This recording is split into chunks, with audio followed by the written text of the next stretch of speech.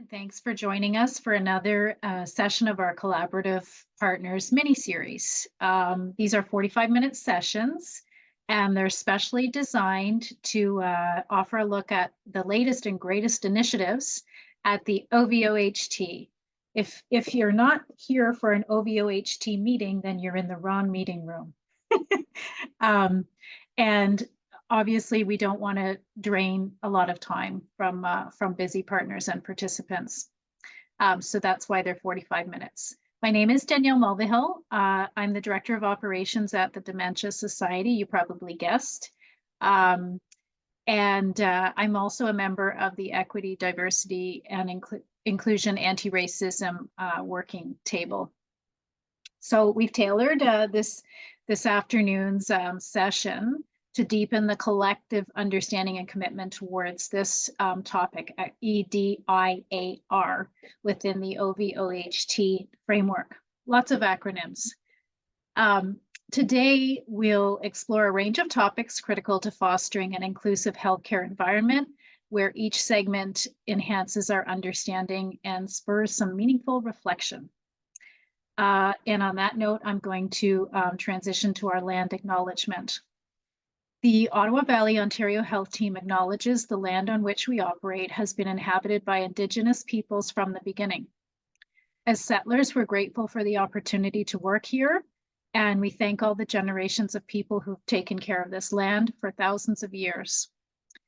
I'm coming to you this morning from Ottawa and speaking with many of you in the Ottawa Valley, which we acknowledge as the traditional territory of the Algonquin and Anishinaabe.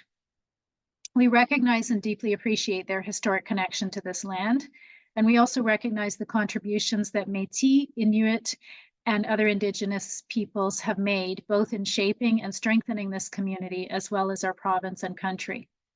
As settlers, this recognition of the contributions and historical significance of Indigenous peoples must also be clearly and overtly connected to our collective commitment to make the promise and the challenge of truth and reconciliation real in our communities and to bring justice to missing and murdered Indigenous women and girls across the country.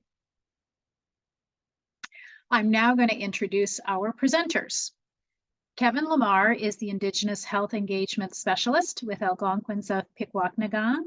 He'll speak with us today about the Indigenous Health Forum and Engagement. Brian, I think there's an N missing in my my script here, but I think it's Schnarch. Is that correct, Brian? Pretty good, Snarch. Snarch is our OHT Performance and Analytics Lead and will provide a demographic profile relevant to our initiatives. And Jema Watt, our Strategic Implementation Lead, will walk us through our EDIAR plan. Kevin, over to you. Hey, Kwake Kakana, Kevin Lamar, and the Dijinakas, Pikwakanagan, Donjaba, Omama Winini, and Nini Nadal. My name is Kevin. I come from Pikwakanagan. I'm an Algonquin. I'm a registered member here, and I was hired on around in October as the Indigenous Engagement Specialist who would be responsible for developing a Indigenous health circle that'll address and communicate the Indigenous health needs to the OVOHT. So when I first got in, I was introduced to the team and provided an understanding of what I'd be working on. So just a little bit of a background as to how I got the engagement specialist. Sorry, I previously worked for the chief and council in the community. I was the cultural coordinator. So through that role, I did a lot of engagement and I had a lot of discussions around culture and incorporating culture into I guess, meetings and functions that were taking place in the city of Ottawa and within the traditional territory. So that would be anything from having elders present to provide an opening, or smudging to having a drum there.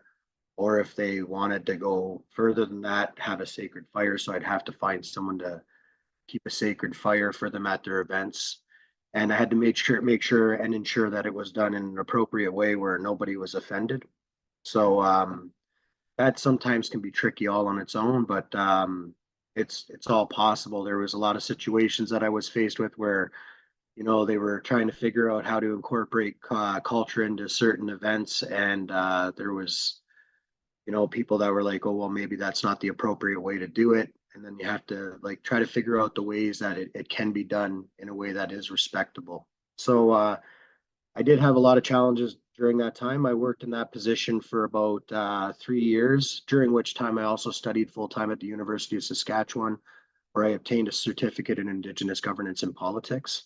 So during that time, a lot of the stuff focused on Indigenous health needs, and I became very much aware and understand the concept of two-eyed seeing and the need for it. So I applied for the job. I was directed that maybe, I should apply for it. I did. And then I went through the application process and was successful. So I've never worked in health before, but I had a lot of learning I had to take on in the first couple of months. So I attended, I received a lot of documents from Peggy and Maureen, who work for the health center here. And it included various studies that were done in the region around mental health and Indigenous experiences in healthcare. Some of that was through the Wabano. They did a share your story, a big study on that, and it just talks about some of the racism and some of the negative experiences that people have had in the healthcare system. There's the mental health needs within the Renfrew County through the Champlain Lens. There was various studies done on that as well. And then I was tasked with reviewing the cultural awareness training. JMA had provided me with the SharePoint, so I went through there and checked out all the documentation in there, went over it thoroughly. I was also tasked with just checking out if someone was to search in the region, what kind of cultural awareness training would pop up on Google.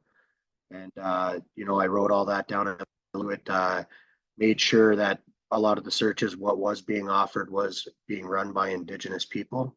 That's the more appropriate way to go about that training. That's just a recommendation that I would make, is always try to go with an Indigenous organization that's providing that training. So that was like basically the first 2 months in this position. And then the reviewing of documents continued. Some of the stuff is it's very in depth and a lot of reading and understanding. And then I started planning for the first round of the Indigenous Engagement Forum.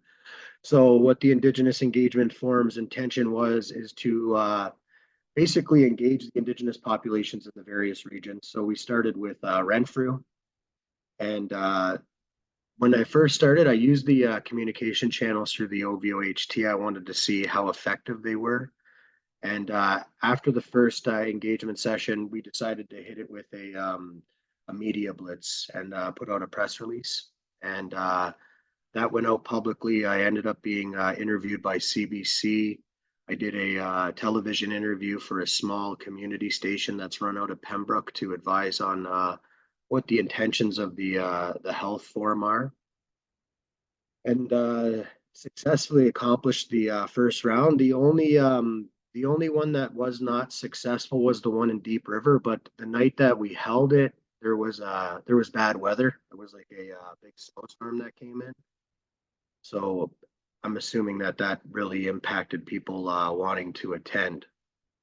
So we did gather a lot of insight. I have reviewed the minutes and I provided a report on that to Maureen and Peggy. And we're planning to do the next round of the engagement forum we're going to start in Eganville, go to Killaloe, Barry's Bay, and then up to Whitney.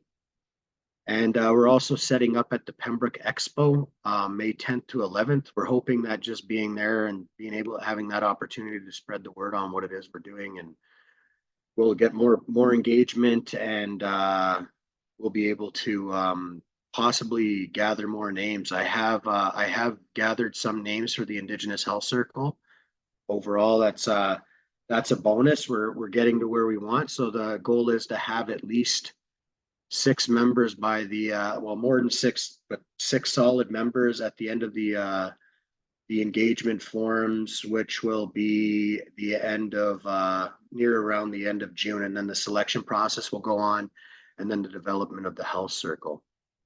But I can say that one of the biggest issues that I've noticed through the engagement with the population is, well, one, people don't understand why there would be a need for an Indigenous health forum because they're not aware, and there isn't an existence of Indigenous specific care. But even the diabetes navigator, the Indigenous diabetes navigator that's at the Pembroke Hospital, nobody even knows that they're in existence. And I think where that gap is that there's no need to self-identify when you get healthcare. So outside of asking people to self-identify, maybe something needs to be created within the healthcare providers' offices that just says, "Are you Indigenous?" Questions about healthcare. And maybe having my email on that, would they could contact me, and then that engagement could happen that way. There's issues with navigation. That's probably the biggest thing, and the lack of. But so far, I feel that everything we're doing to date has been successful, and I think the approach, the next round of the engagement forum, I'll hit the media a little bit harder. And I'm also working on the development of a logo, and I want to create social media platforms under the Indigenous Health Circle for the OVOHT, so that can be more of an engagement tool as well. And that's everything.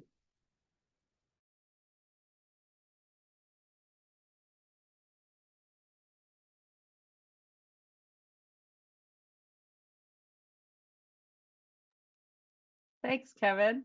Does anyone have any questions?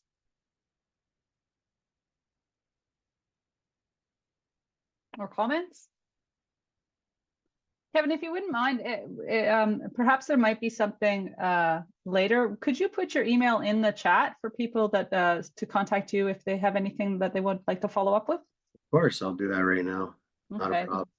I think there's some great suggestions there, and we'll continue to work with you and your team and partners in terms of building and supporting the forum or circle. Sorry. Danielle, I'll hand it back to you then.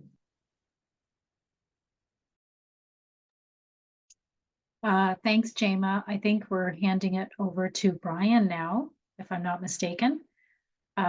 And Brian, I believe you have something you're going to screen share. I will. You're going to provide a demographic profile relevant to the initiatives. Thank you. Hello, everyone. I'm Brian. I've been with OVOHT since December, and also working with the Archipel OHT in the East to take care of all things related to data. Let me pull up my slides. We're releasing a new demographic profile today, actually. Nice, helpful little document. I'm going to give you a bit of an overview. We'll start with a quick quiz. Then I'll tell you about the report, and then I'll show you some highlights. So that's a quick agenda. I'm going to stop sharing this and put into the chat the Mentimeter link, or if you're on a different device, you can type in menti.com and then 413-19573. But the link will take you straight there on your computer. And we're starting with first question.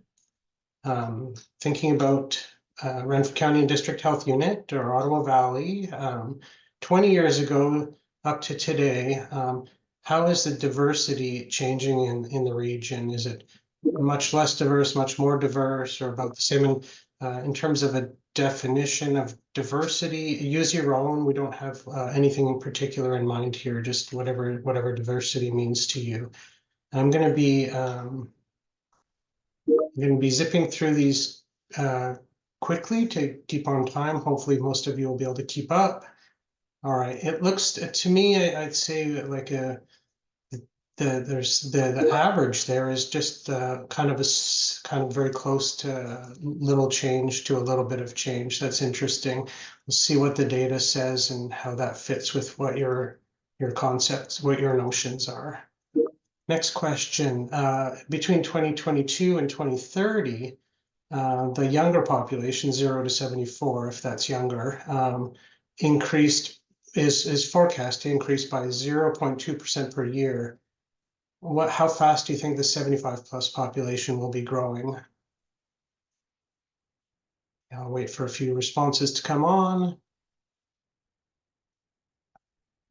I did test this earlier. It is pretty quick. Shortly after you click, your data comes through. And we're looking, so one person thinks it'll shrink. Okay. And all the answers, well, not to the first question exactly, but all the answers to the questions will come out when I show you some of the data on my slides in a minute. So kind of split evenly almost between 4% and 2.6%. Next question, I got two more. In 2001, 3.6% of the population reported Indigenous identity. What do you think the number is 20 years later in 2021?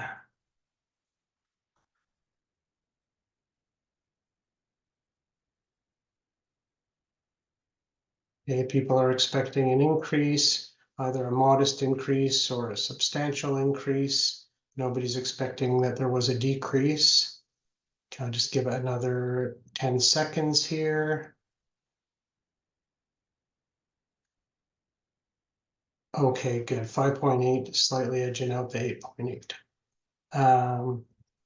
In 2001, there was 205 people in the Renfrew County District Health Unit who identified as South Asian. How many do you think were South Asian 20 years later? How quickly is this group growing?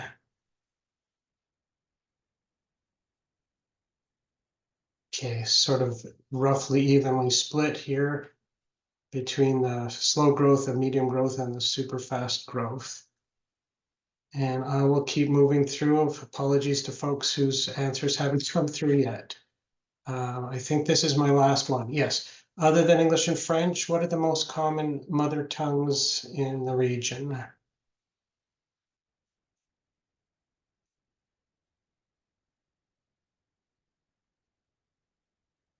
Okay, German and Polish are taking the lead.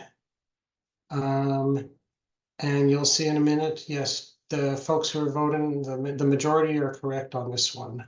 All right, let me close this down and shift back to my slides. I see there's some chat coming in. I'll pull that up after. Okay, as you've surmised, the new report has information about the population, uses mostly stats, can census data, which we've distilled and packaged up with people like you and other folks working in the health sector in mind. It's a view of the area's population. It doesn't look at health inequities, and it doesn't look at health per se or healthcare interactions. It covers, I guess, what you'd call social determinants of health. Those other pieces interesting to do, but the data is kind of hard to come by, as Kevin was alluding to. That information is intended to support planning around EDI work and anti-racism, but also other planning activities. And from experience, I know that this kind of information is frequently used in all kinds of reports and funding proposals and presentations. So it's bottom line, this is what we're releasing as a resource for you to use. It's for you guys and others. Here you can see the topics that are included, population counts and forecasts and household composition, Indigenous peoples and income and so on. The map here shows the OVOHT geography in pink, and then the green dashed line is the health unit area, and then the red dashed line is the county. Most of the data in this report is at the health unit level. Sorry, this one's a little blurry. Here we're looking at population density. As you can see, I'm sure you well know, the population follows roughly the river and the Highway 17 and to a lesser extent Highway 60, with the biggest concentrations in Pembroke and Petawawa. Here's first answer to one of the questions. Average forecasted growth for the 75+ group between 2022 and 2030 amongst the older group, as I say, is 4.2%, 20 times faster than the younger population. Substantial implications for healthcare planning, obviously. Here we see, I'm just zipping along here, 5% of the population has French as a mother tongue. We didn't include here people who reported 2 equal mother tongues, because some people report English and French or French and something else. And you can see also 12.9% of the population can carry on a conversation in French. This answers one of the other quiz questions. The proportion of people who reported being First Nations, Inuit, or Métis more than doubled in 20 years. In terms of count, it went from about 3,400 to 9,300. This is likely not all the result of, population growth through births and migration. Indigenous people have rather become more likely to self-identify to the census through the years. Proportion of residents who are visible minorities doubled in the last 20 years. So I would say between these last couple of slides, Renfrew County and District or Ottawa Valley is becoming substantially more diverse, in my opinion. This visible minority label, though, it's really fallen out of favor of late because it lumps people together who are very different, and it masks their unique needs. And actually, in many places, visible minorities are not minorities. Like in Toronto and Vancouver, they're the majority. StatsCan, though, kept this label because it comes from the Employment Equity Act. And the Employment Equity Act defines visible minorities as anyone who isn't Caucasian or white, and also excludes people who are Indigenous. Here are the top 6 most common visible minority groups in the region. South Asians, now up to 855 people in 2021. That's up over 300% in 20 years. Black people next, followed by Chinese, Filipino, Latin American, and Southeast Asian. And there's some other smaller groups as well that aren't shown here. In terms of mother tongue, as most of you got right, German and Polish are the top 2. This one shows couples broken down by whether they're different gender, or what we used to call opposite sex, same gender, or trans or non-binary. Taken together, 1% of couples were either same gender couples or included 1 or more persons who identified as trans or non-binary. And the numbers are very low. There may be undercounting. I'm not sure. It's hard to know. I think what's really interesting about this, to my knowledge, this is the first time StatsCan has collected and made this sort of data available, and it's notable for that alone. Here's a little zoom in on Petawawa and the military. As you can see, almost half the men in Petawawa are currently serving, and 12% of the women. And almost 1 in 5 seniors living in the community is a veteran. We didn't, for the most part in this report, we didn't drill down into small area geographies, but that's something we're looking at in the future. Okay, last exhibit here. I think I'm okay on time. This one's for the population of Renfrew County rather than the whole health unit. We're looking at the proportion of people in various groups that were deemed low income based on a formula that StatsCan applies, which is partly factors in the composition or the size of the household and the household income. The groups most likely to be low income are those with non-English, non-French mother tongues, followed by women who live alone. Those are the top 2. Personally, I would have guessed, and I had a question for you, but it was too complicated about other group. I would have guessed Indigenous people and immigrants. It's not what we're seeing here. They're both near the average. A nice example about how our assumptions need to be checked, or maybe it's an assumption from kind of a more city-based, like more Ottawa-based kind of assumption. And then the 2 with the highest, the lowest rates of low income, in other words, the wealthiest, people with higher education and those living in couple families, that is to say with two adults and with or without kids. Okay, I'll stop there. There's a lot more in the profile. For today, I just wanted to give you a little taste, and Jema will later share the link to the document. And let me just check what's in the chat here. Thank you, Ralph. Appreciate that. Thanks, Brian. I think just in the essence of time, if there are any, we might have 1 or 2 minutes for any burning questions. Otherwise, if you could put them in the chat, and they could be, we could make sure that they get sent over to Brian. Any questions that could be answered quickly?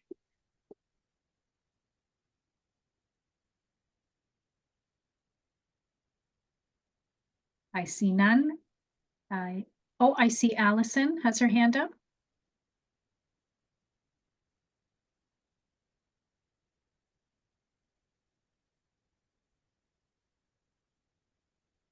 Oh, I think you're muted, Allison.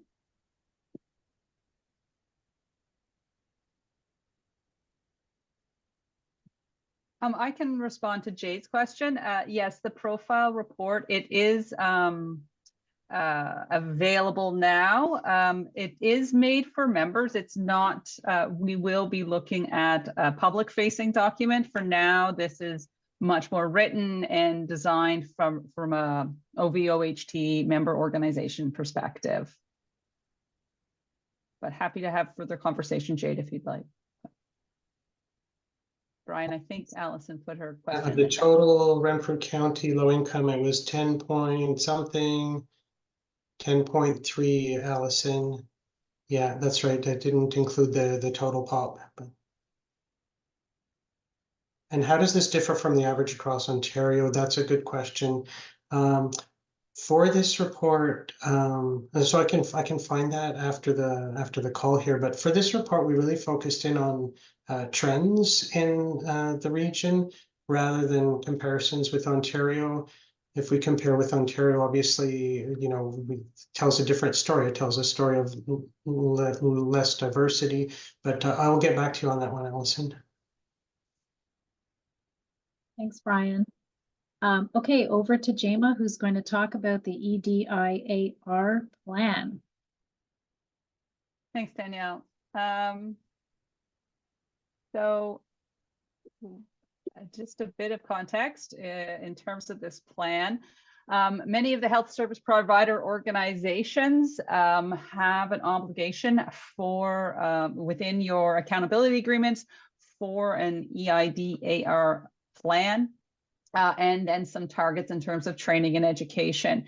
And so this is really where we started in terms of bringing all of our partners together to look at how can we do this together? How can we set some goals and objectives that are similar and really work as a full community in terms of addressing some of the systemic barriers and racism in our communities. So we formed a table, always a committee. The EDIAR committee was started, I think, in the summer and really looked at what we can do together in terms of a plan, how individual organizations and the OHT as a whole can start to address these issues to improve patient and provider outcomes, and look at what we can do within our local communities and as an OHT as a whole. And I would say, and any of the members on the call, I think, please speak up, but we struggled with this in terms of how do we make something that's tangible, that will make an impact, that we as each individual organization can do, and then working together around that sort of collective action about in making a difference in our communities. So we took something very large in terms of all the different areas and activities that we could do and started to distill that into what we think we can do within a 3-year plan. And some of it is that with the work plan, the OHT will have some roles and responsibilities and activities that we're hoping to move forward. And then within that plan, we also have built in recommendations, suggestions, ideas that organizations can also put into their plans and put into action that would help contribute to these to these goals. So our vision is that we're really, as an Ontario health team and health service providers, we're embracing the diversity in our communities, and that we're committed to collaboration and continuous learning. And it is a journey, that this is not something that you would check and then it's done, but it's continually building on and really working together to improve the quality and cultural safety of our services and care. So in terms of the work plan, I'm just going to give a very high overview today, because it's a 15-minute overview. There will be on the shared drive, the plan will be made available, and then some templates are coming later this week for organizations to also work on. So in terms of our goals, we had three areas that we wanted to focus on: the workplace, services of care, and then the community. And so our goals are fairly high level in terms of equity, diversity, inclusivity, and anti-racism becoming part of workplace culture, and employer accountability increases. Our services and care, where the care and the services that we are delivering meet the diverse needs of each unique community across OVOHT, and that our health service providers and the OHT understand, engage, and work with our unique communities effectively. So with that in mind, we really started to build some strategic focus and some objectives. So within each of these, within each of these goals, looking at some of the focus that we would like. So for workplace, focusing on training, development, education, resource sharing. Also looking at our hiring and onboarding practices, and then the general organizational practices and policies. So, and within that, I'll go into a little bit more depth of what each of that means. But for services and care, equitable and safe access to appropriate services, improve our service quality for Indigenous patients and clients, and then reporting and data collection. So really understanding how and what we're collecting in terms of our organizations and the OHT. And then in community, looking at an inclusive communications, fostering welcoming environments, and active and engagement outreach, building relationships and communication with our community members, and making sure that they are able to feel confident in voicing their opinion, providing feedback, and really working as a partnership. So what does this mean? We have a multi-year plan where, as an OHT, we're focusing within each of these three pillars. So for year one, we're looking at a shared platform for training, education, and policies. So where we can all contribute and get information from as an OHT. And I think some of Kevin's work that he mentioned earlier in terms of reviewing that from certainly his perspective will be helpful to ensure that what we have on there is quality and reflects the communities that we serve in the Ottawa Valley OHT. Looking at screened materials and local speakers. So quite often organizations are looking at how do we increase our education opportunities, and is there ways that we can learn from each other of who we could go to locally to get this information. And so we are looking at some sort of screen material and local speaker list. And then the OHT themselves hosting learning and training opportunities. And so I think a few weeks ago, we partnered with Archipel, OHT, and a few others to host the Black Experience webinar training. And so it's those sorts of opportunities that we would look there. So, so that is in year one, just for workplace. For services and care, partnering with the Kids Come First and Archipel and other OHTs and Le Réseau around the winning strategies for French language services.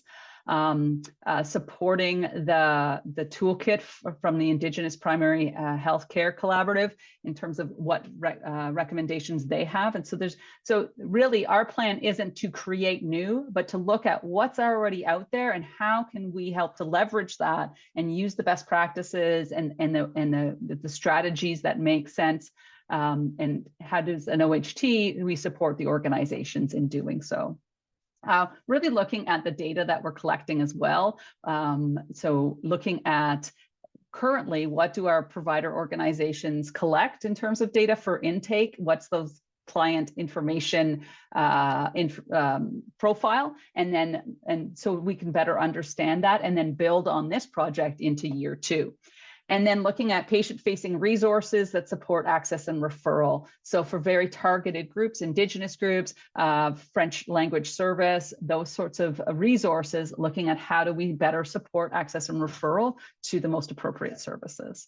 And then last is in year 1 is an inclusive communications policy, really with our community pillar, looking at how do we build some of that foundation and start to build the overall 3-year plan for an inclusive community and engagement and outreach. A social media campaign toolkit, some of Kevin's work in terms of the Indigenous Health Circle, and aligning our patient experience survey and feedback. Year 2, looking at building on the year 1 work. So moving to hiring and onboarding improvements, and then really sharing and the documentation and policies that we're looking at. Continue in services and care, continuing with our winning strategies and our Indigenous health access, looking at inclusive approach to intake and looking at how do we train, how do we start to ask questions to make sure that we're offering a welcoming environment. And then equity and diversity data summary in terms of what's happening in the health service providers and who they serve.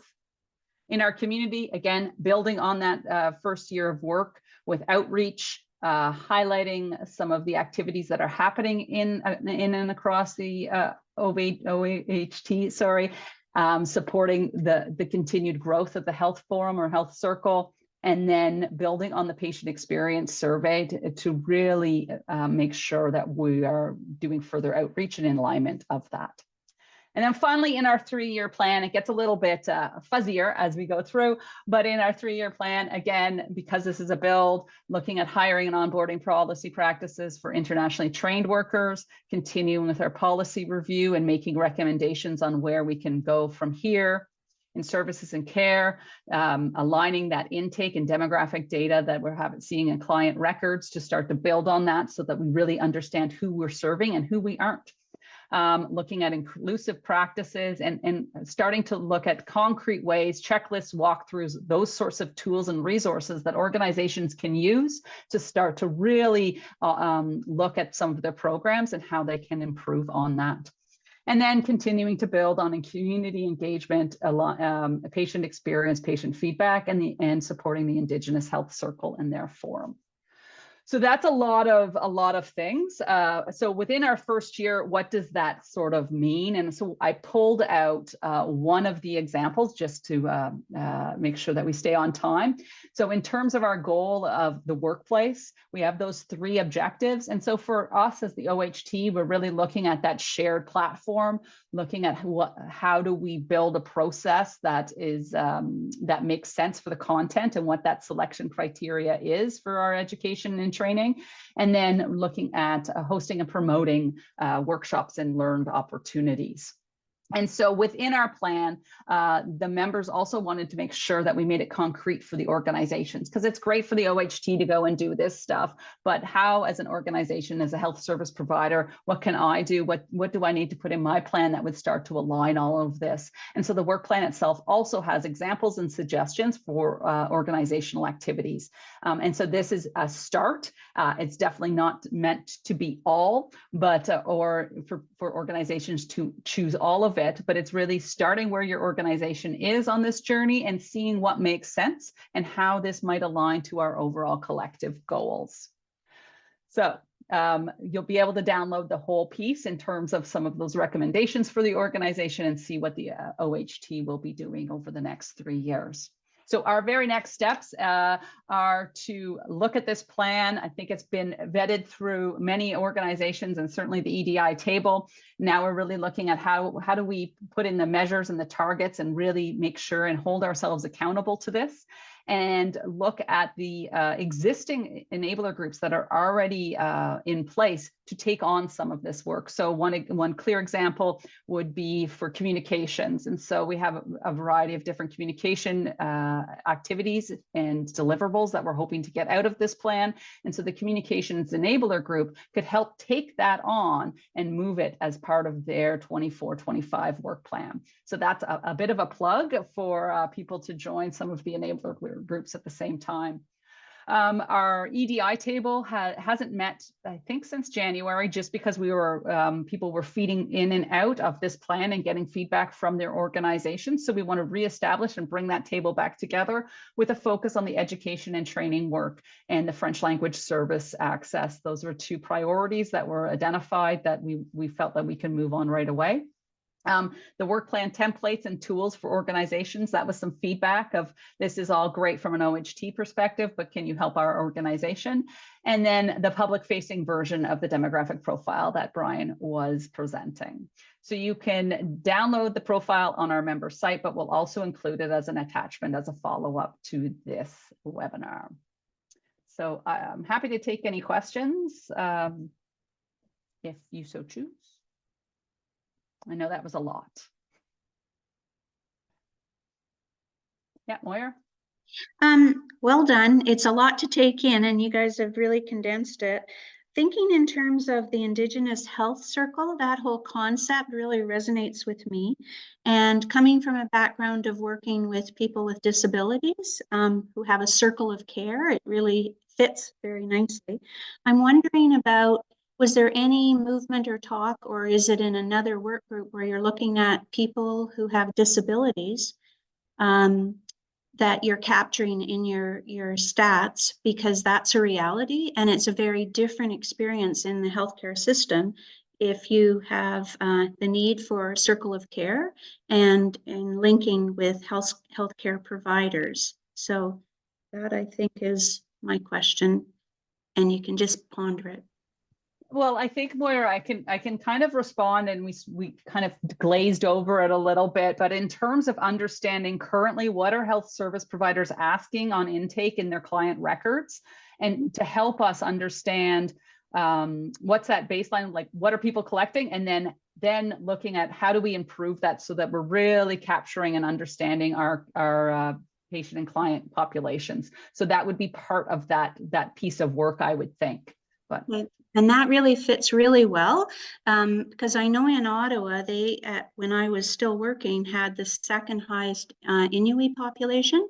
And what I learned in my relationships was that in the healthcare system, it was really hard when families would come down from up north in describing what their issue was from a healthcare perspective, because in their language, they don't have those words. So to me, that's a whole other trajectory that is quite fascinating and having lots of learning to do. So it's a tuck away for sure.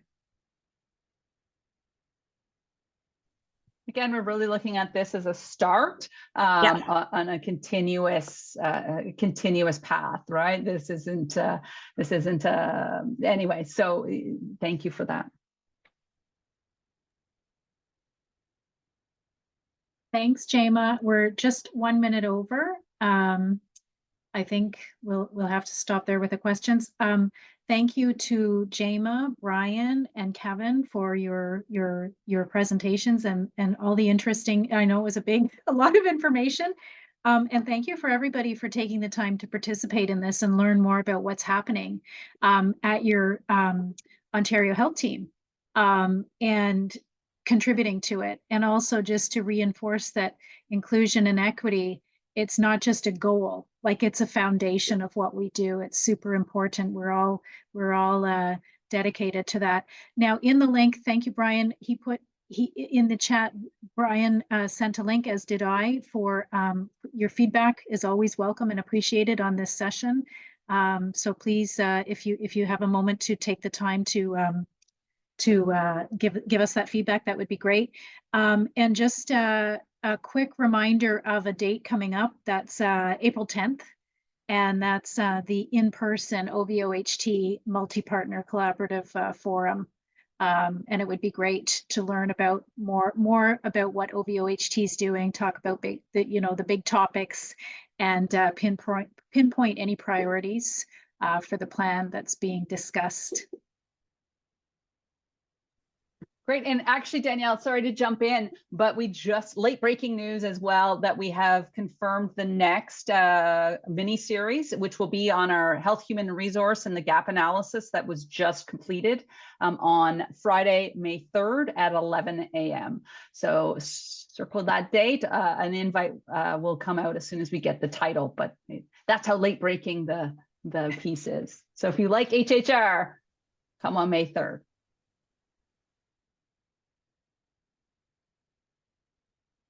Okay, thank you to everyone. I think that concludes our session today.